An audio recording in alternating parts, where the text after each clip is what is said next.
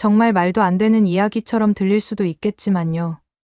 저는 전쟁터에서 총을 쏘던 사람이었습니다. 그리고 지금은 서울의 어느 평화로운 골목에서 따뜻한 커피를 마시며 이런 이야기를 하고 있어요. 그때와 지금의 제 삶은 마치 완전히 다른 차원의 이야기처럼 느껴집니다. 안녕하세요. 제 이름은 사브리나입니다. 저는 우즈베키스탄의 수도 타슈켄트 근교에 위치한 군사기지 부근 작은 마을에서 태어났습니다. 그곳은 늘 무겁고 긴장된 분위기로 가득했어요. 언제 어디서 폭발이 일어날지 모르는 불안정한 상황 속에서 자라났고, 저는 어릴 때부터 군대의 규율과 엄격함 속에서 살아야 했습니다. 제 아버지는 우즈베키스탄 군부의 핵심 인물 중 한 명이었고, 그 영향으로 저는 자연스럽게 군인이 되는 길을 선택하게 되었어요. 하지만 사실 저는 군인이 되고 싶었던 적이 단 한 번도 없었습니다. 제가 진짜로 원했던 건 따뜻하고 편안한 가정이었고 다정하게 웃어주는 아빠의 모습이었어요. 친구들 집에 놀러 갔다가 그들의 아버지가 아이를 꼭 안아주거나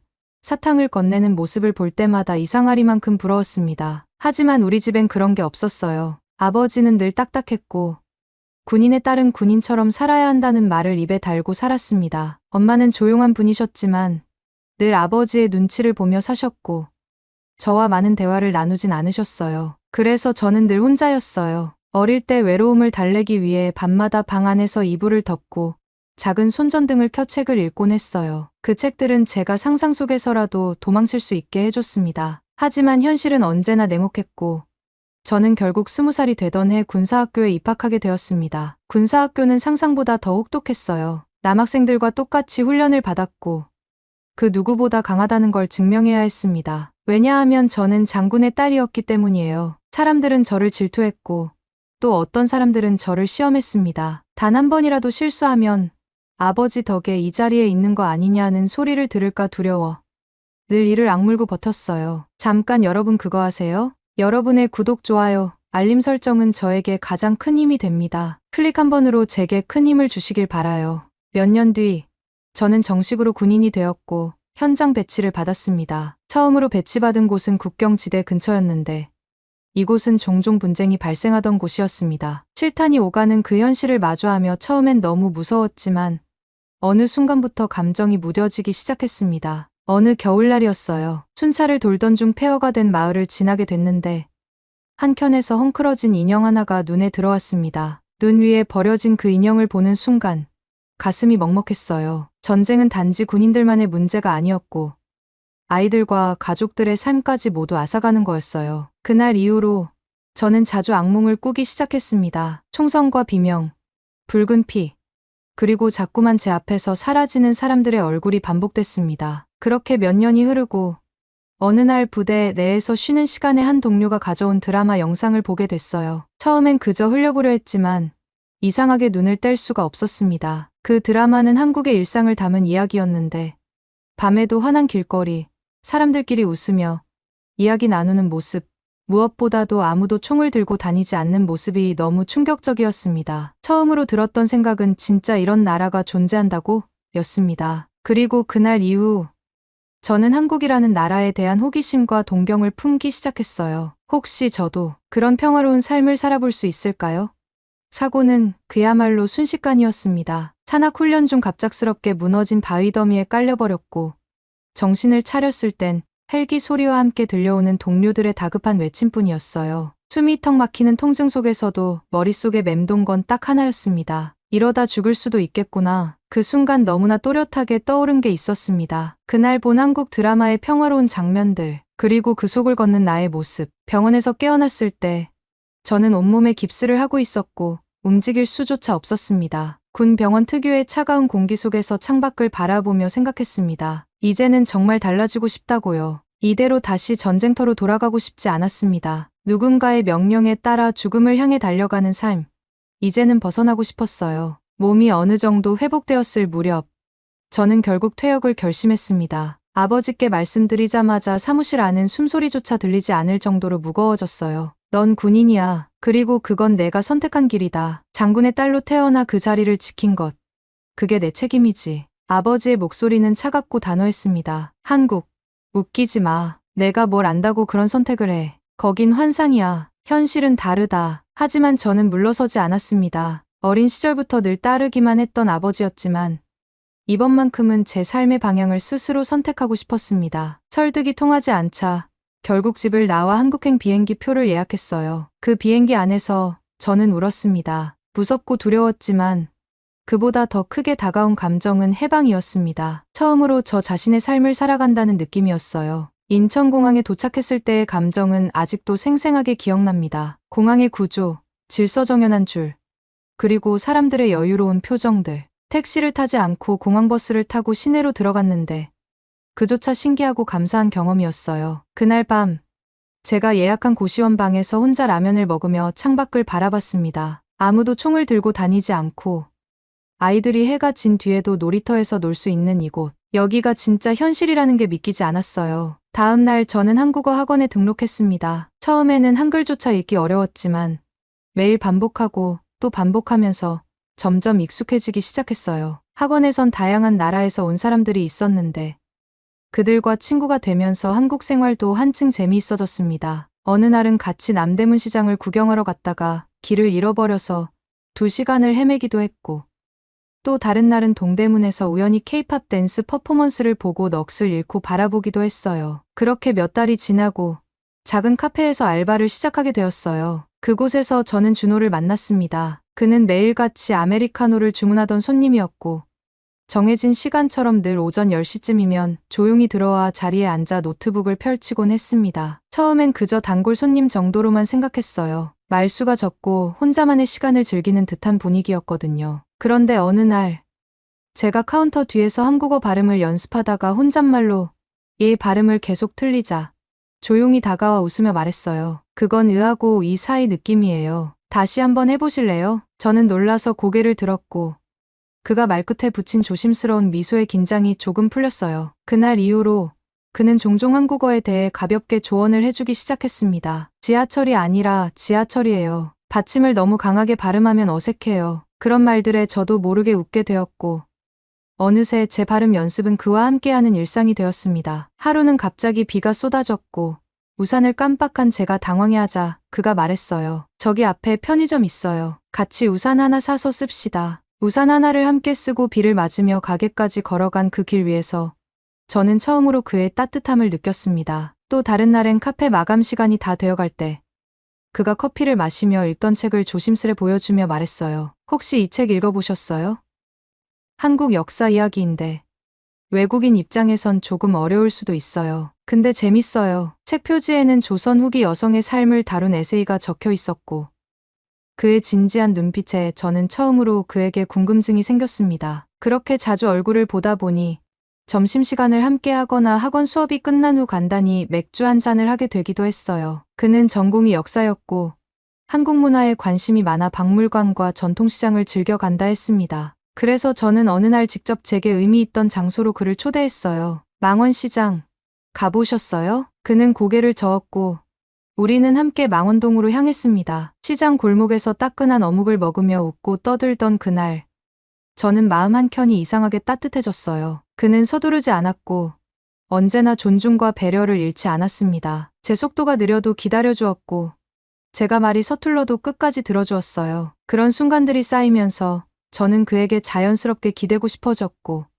어느새 그도 제게 익숙한 사람이 되어 있었습니다. 우리가 친구에서 그 이상의 감정을 느끼게 된 건 그렇게 아주 평범한 일상 속 작은 친절들이 모이고 모인 결과였어요. 특별한 사건보다는 아무 말 없이 걷던 골목길과 같은 시간들이 우리 사이를 깊고 단단하게 만들어 주었습니다. 그는 저를 한강으로 데려가 자전거도 함께 타고 봄에는 벚꽃놀이도 함께 했습니다. 처음엔 그냥 한국을 잘 아는 친절한 사람이구나 싶었는데 그의 다정함과 배려심에 점점 마음이 열리게 되었어요. 하루는 갑자기 장대비가 쏟아졌고 우리는 급히 비를 피해 작은 찻집에 들어갔습니다. 젖은 머리카락에 웃으며 허겁지겁 수건을 건네주는 그의 모습을 보며 이런 생각이 들었습니다. 이 사람과 함께라면 한국이 더 따뜻하게 느껴질지도 모르겠다. 그렇게 제 일상은 점점 한국에 스며들고 있었습니다. 아침마다 들리는 자판기 커피 소리, 정류장에서 서서히 다가오는 버스의 느낌, 그리고 익숙해진 한국어 문장들. 저는 어느새 전쟁의 그림자에서 벗어나 조금씩, 아주 조금씩 삶을 배우고 있었어요. 하루는 유난히 피곤하고 몸이 축 처지는 날이었습니다. 카페에서 알바를 마치고 집에 돌아와도 계속 속이 더부룩했고 머리까지 띵한 기분이 들었어요. 처음엔 감기라고 생각했지만 일주일이 지나도 증상이 사라지지 않았습니다. 그러다 친구가 무심코 말했어요. 혹시 테스트 한번 해보는 건 어때? 의심도 안 했던 저는 웃으며 고개를 저었지만 친구의 권유에 결국 약국에서 테스트기를 사왔습니다. 그리고 다음날 아침 변기에 앉아 막연히 기다리던 그 순간 한 줄이 아닌 두 줄이 선명하게 나타났어요. 심장이 멈추는 줄 알았습니다. 세상이 조용해졌고 머릿속엔 수많은 생각이 스쳐 지나갔어요. 저는 곧장 준호에게 말하지 않았습니다. 말하면 안 된다는 생각이 들었어요. 부담을 줄까봐 두려웠고 우리가 함께 만든 이 평화로운 일상이 흔들릴까 걱정되었어요. 말없이 며칠을 지냈고 그는 그런 저를 이상하게 생각하면서도 따지지 않았습니다. 그러다 어느 날 우연히 집에 놀러온 준호가 쓰레기통에 버려진 테스트기를 발견했습니다. 문이 열리는 소리와 함께 무거운 침묵이 흘렀고 준호는 조용히 묻더라고요. 이거 너 거야? 저는 고개를 끄덕였어요. 눈물이 쏟아질 것 같았지만 참고 말했어요. 말 못해서 미안해 겁났어. 그러자 그는 제 손을 꼭 잡고 말했습니다. 겁낼 거 없어. 우리 가족이 되자. 그 말에 마음이 무너졌어요. 전쟁터에서 사람을 잃고 총을 쥐고 늘 이별과 불안에 둘러싸였던 제 인생에서 처음으로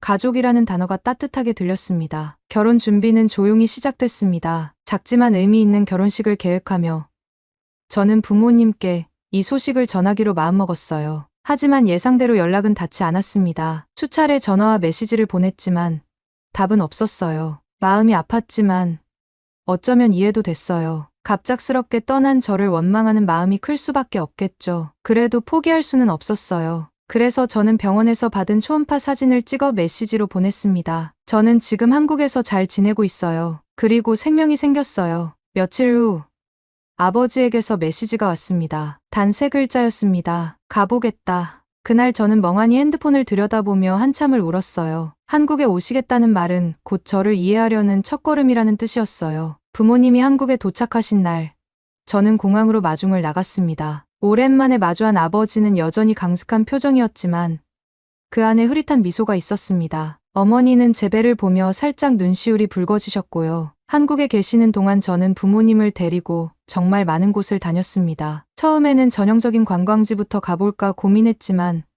그보다 이 나라의 진짜 얼굴을 보여드리고 싶었어요. 그래서 제가 평소에 좋아했던 외국인들에겐 잘 알려지지 않았지만 한국의 정취를 깊이 느낄 수 있는 곳들을 함께 찾았습니다. 가장 먼저 데려간 곳은 망원동이었습니다. 복잡한 시내와는 다르게 조용한 골목마다 작고 감성적인 카페와 개성 있는 책방이 자리하고 있었고 부모님은 그곳의 평화로운 분위기에 깜짝 놀라셨어요. 아버지는 작은 로스터리 카페에 앉아 직접 내린 핸드드립 커피를 마시며 전쟁이 끝나고 이런 공간이 있다는 게 믿기지 않는다고 말씀하셨고 어머니는 감성 문구점에서 작은 손거울과 엽서를 사며 어린 소녀처럼 들뜬 표정을 지으셨어요. 그 다음으로는 을지로 골목을 함께 걸었습니다. 거친 철공소와 오래된 간판이 어우러진 그 공간은 아이러니하게도 세련된 감각의 바와 갤러리들이 숨어 있어서 옛것과 새것이 공존하는 모습이 인상적이었습니다. 아버지는 한 오래된 세탁소 앞에서 잠시 멈춰 이런 골목이 서울 한복판에 있다는 게 놀랍다고 하셨고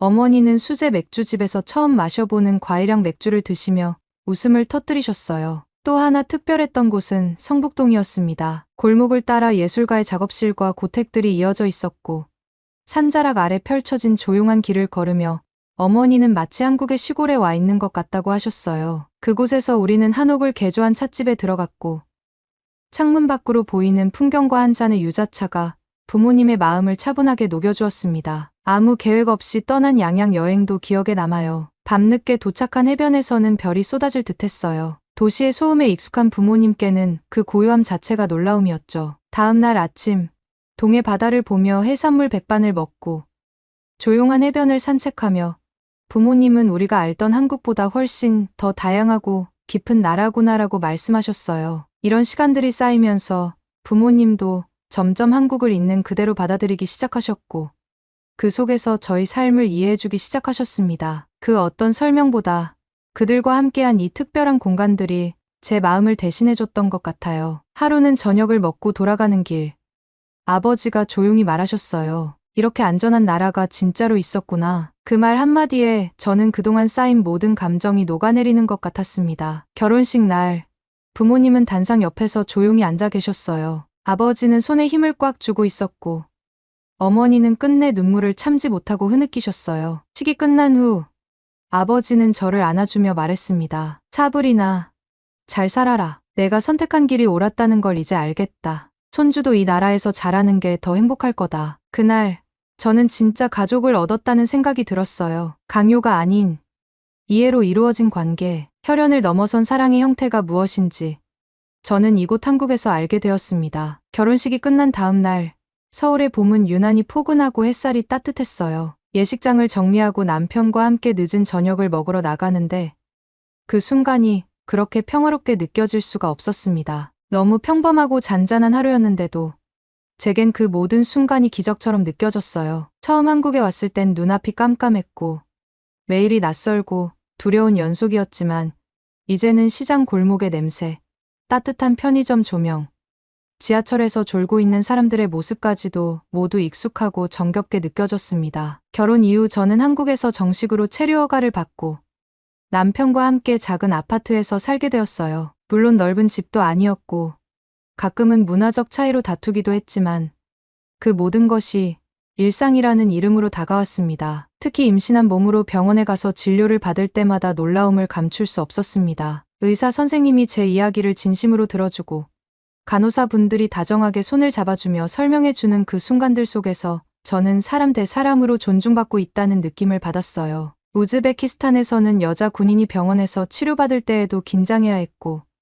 의료 환경은 늘 열악했기 때문에 이런 세심하고 친절한 진료 시스템은 처음이었습니다. 진료가 끝나고 계산서를 받아보았을 땐 더더욱 놀랐어요. 진료비가 너무 저렴했고 나라에서 지원받는 항목들이 많다는 것을 알고 나서는 저도 모르게 웃음이 났습니다. 이렇게 많은 걸 신경 써주는 나라가 있다니. 아이 태명이 생긴 날도 아직 기억나요. 남편과 함께 초음파를 보고 집으로 돌아오다가 갑자기 비가 쏟아졌어요. 우리는 우산 없이 뛰다가 편의점 앞에서 멈춰 섰고 그곳에서 빵 하나와 따뜻한 커피를 사서 잠시 비를 피했어요. 그 작은 공간 안에서 남편이 말했어요. 우리 아기 이름 봄이라고 지을까?